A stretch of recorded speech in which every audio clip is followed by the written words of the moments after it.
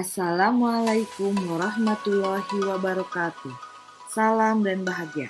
Bapak Ibu guru hebat semuanya, saya Rika Indriani Solihat MPD, calon guru penggerak Angkatan 9 yang berasal dari Kabupaten Bandung Barat, Provinsi Jawa Barat, Indonesia.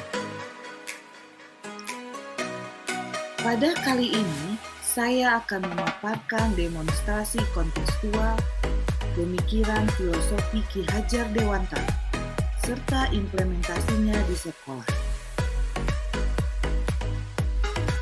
Filosofi pendidikan Ki Hajar Dewantara. Tujuan pendidikan menurut Ki Hajar Dewantara adalah menuntun segala kodrat yang ada pada anak-anak agar mereka dapat mencapai keselamatan dan kebahagiaan yang setinggi-tingginya, baik sebagai manusia maupun sebagai anggota masyarakat. Ada 6 ide atau gagasan pendidikan menurut pemikiran Ki Hajar Dewantara. Yang pertama, mendidik yang bersumber trilogi pendidikan. Yang kedua, pendidikan yang berasas trikon. Yang ketiga, mendidik menuntun kodrat anak. Yang keempat, pendidikan berpusat pada murid. Yang kelima, pendidikan budi pekerti. Yang keenam, belajar sambil bermain. Ki Hajar Dewantara mencetuskan teori pendidikan, yaitu Ingarso Singtulodo, Ingmadya Mangunkarso, Tuturi Handayani. Ingarso Singtulodo artinya di depan memberikan teladan. Di sini, peranan seorang guru sangatlah besar dalam memberikan keteladanan kepada muridnya. Yang kedua, Ingmadya Mangunkarso, artinya di tengah membangun keinginan. Hal ini pemberian motivasi dan memposisikan diri sebagai seorang pendidik, sehingga dapat menjadi teman dan juga tempat muridnya tumbuh dan berkembang. Yang ketiga, Tuturi Handayani, diartikan dari belakang memberikan dorongan. Guru harus selalu mendorong peserta didiknya dalam mengembangkan bakat, minat sesuai dengan potensi yang dimiliki oleh murid. Pendidik menuntun kodrat anak. Pendidik sebagai penuntun, sejatinya pendidik adalah menuntun anak mencapai kekuatan kodratnya, sesuai dengan kodrat alam dan kodrat zaman. Ki Hajar Dewantara menjelaskan bahwa dasar pendidikan anak berhubungan dengan kodrat alam dan kodrat zaman. Kodrat alam berkaitan dengan sifat dan bentuk lingkungan di mana anak berada. Sedangkan kodrat zaman berkaitan dengan isi dan irama. Pada kodrat alam, pendidik harus mampu mengenali kodrat alam anak, agar mampu memberikan tuntunan yang sesuai dengan bentuk karakter anak dan menghasilkan pembelajaran yang merdeka dan menyenangkan. Sedangkan kodrat zaman diartikan bahwa kita sebagai pendidik harus membekali keterampilan kepada anak sesuai dengan zamannya agar mereka bisa hidup, berkarya, dan menyesuaikan diri.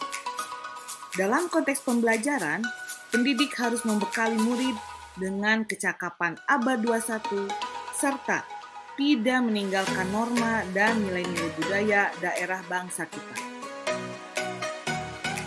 Pembelajaran yang berpusat pada murid, pembelajaran yang menunjukkan dominasi murid selama kegiatan pembelajaran, dan guru hanya sebagai fasilitator, pembimbing, dan pemimpin. Strategi yang dilakukan seorang guru dalam mengelola pembelajaran yang berpusat pada murid, menurut pemikiran Ki Hajar Dewantara, dalam mewujudkan pembelajaran yang berpusat pada murid adalah dengan cara yang pertama, seorang guru harus mampu mengenali murid dengan baik. Setidaknya, guru harus mampu menyebutkan karakter umum. Yang kedua, guru harus memiliki gaya mengajar yang bervariasi, mendukung interaktif kelas, menyediakan kesempatan kepada murid untuk berbagi pengetahuan dengan temannya, dan mampu mendapatkan bahan pengajaran dalam berbagai bentuk.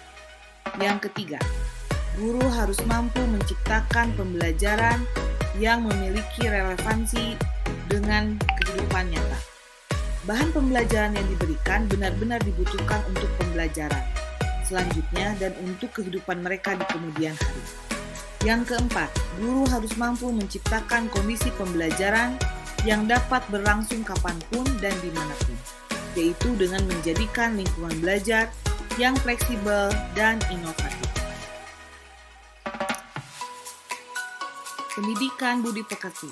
Menurut Ki Hajar Dewantara, budi pekerti atau watak atau karakter merupakan perpaduan antara gerak, pikiran, perasaan, dan kehendak atau kemauan, sehingga menimbulkan tenaga. Budi pekerti juga dapat diartikan sebagai perpaduan antara cipta, karsa sehingga menciptakan karya. Budi pekerti menjadi bagian tak terpisahkan dari pendidikan dan pengajaran yang kita lakukan sebagai pendidik. Sebagai pendidik, kita harus senantiasa memberikan teladan yang baik bagi murid-murid dalam mengembangkan budi pekerti. Belajar sambil bermain. Dalam pembelajaran di kelas, kita harus memperhatikan murid yang masih suka bermain. Ketika murid sedang bermain, pastikan mereka merasakan gembira. Sedangkan kita harus mampu memasukkan permainan yang menyenangkan seperti ice breaking dalam pembelajaran agar murid senang dan tidak bosan di kelas. Kita juga menyisihkan waktu luang untuk mengisi permainan di luar secara berkelompok untuk mengasah kemampuan motorik, kekompakan, kesabaran, hingga ketangkasan. Implementasi di sekolah menurut pemikiran Ki Hajar Dewantara.